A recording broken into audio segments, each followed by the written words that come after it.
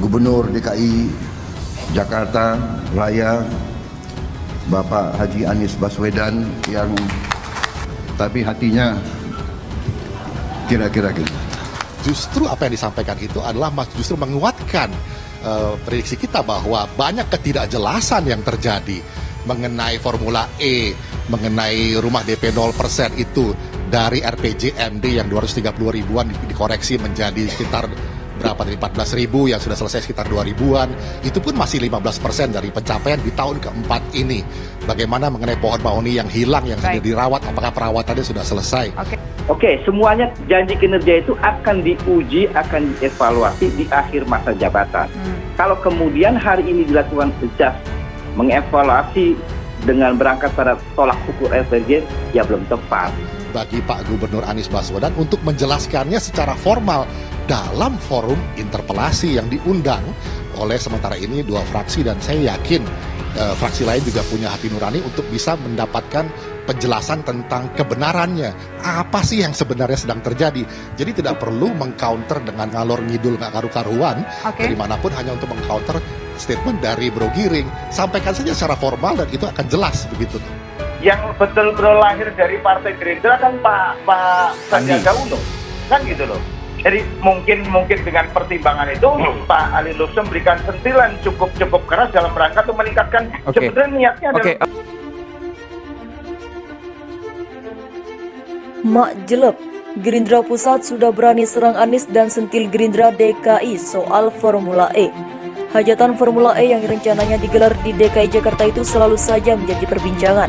Baik warga dunia nyata maupun dunia maya tidak luput dari membicarakannya.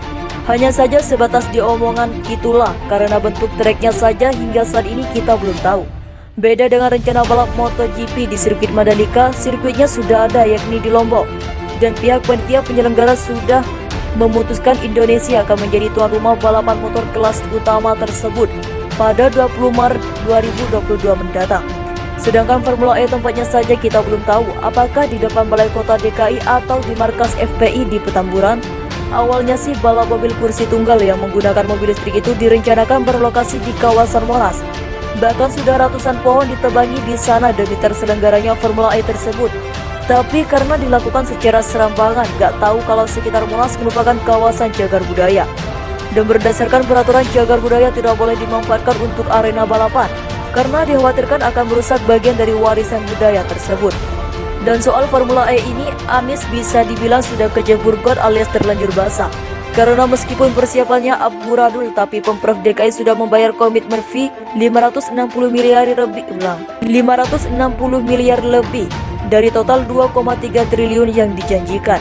Uang 560 miliar itu bukan jumlah yang sedikit, Ferguson. Kalau semuanya dibelikan kerupuk bisa penuh Balai Kota DKI. Begitupun kalau dimanfaatkan untuk menggadaikan toilet warga DKI, misal satu unitnya seharga 10 juta. Sudah 56 ribu keluarga di DKI yang tidak BAB sembarangan atau tidak BAB di sungai lagi. Celakanya, 2,5 triliun itu harus dibayarkan Anies selama 5 tahun berturut-turut, dan kalau itu tidak dibayarkan akan dianggap sebagai perbuatan uang prestasi. Sehingga bisa digugat di arbitrase internasional di Singapura. Padahal kita tahu sendiri masa jabatan Wanabut akan berakhir pada 2022 ini, alias sudah pasti yang mencicil komitmen fee itu nggak sampai 5 tahun. Nggak kebayang kalau Anies digugat di pengadilan internasional bisa-bisa jadi kurus tuh orang. Karena bahasa pengadilan syarat akan fakta dan bukti, gak bisa mengandalkan tata kata doang. Memang sih komitmen fee Formula E itu bisa terus dibayarkan meskipun Wan Anies tidak lagi jadi gubernur, tapi dengan syarat mesti dianggap program prioritas nasional. Itulah kenapa mereka coba-coba menyeret Jokowi. Kurang lebih tujuannya supaya Formula E dianggap sebagai program pusat atau nasional. Tapi pemerintah pusat tentu bukan Bamsud dan Sahroni yang mau jadi tukang cebok Anies. Belum lagi ditambah adanya dugaan korupsi terkait Formula E itu. Saat ini KPK telah mendalami apakah komitmen fee yang dibayarkan benar-benar masuk ke pihak yang berwenang atau justru masuk ke kantong pribadi atau kelompok tertentu. Alasan-alasan kenapa Pemprov DKI membayar sekian-sekian dan transfernya kemana? Apakah ke pihak-pihak yang betul-betul punya wewenang yang misalnya akan didalami, ujar Wakil Ketua KPK Alexander Marwata. Untuk diketahui kronik Caplinlah yang banyak terlibat dalam penyelenggaraan Formula E ini dan didukung oleh salah satunya anggota DPRD DKI fraksi Gerindra. Bahkan salah seorang di antaranya anggota DPRD DKI fraksi Gerindra, Syarif, mengatakan justru menjadi hal positif dan patut didukung orang-orang di lingkaran JK ada di dalam panitia penyelenggaraan Formula E itu. Lantas kalau Gerindra DKI pro terhadap Formula E, apakah Gerindra pusat juga sama? Ternyata tidak, Ferguson. Sesuai dengan kebutuhan warga DKI atau tidak? Karena saat masa kampanye dulu, tagline yang diusung Anies adalah maju kotanya, bahagia warganya.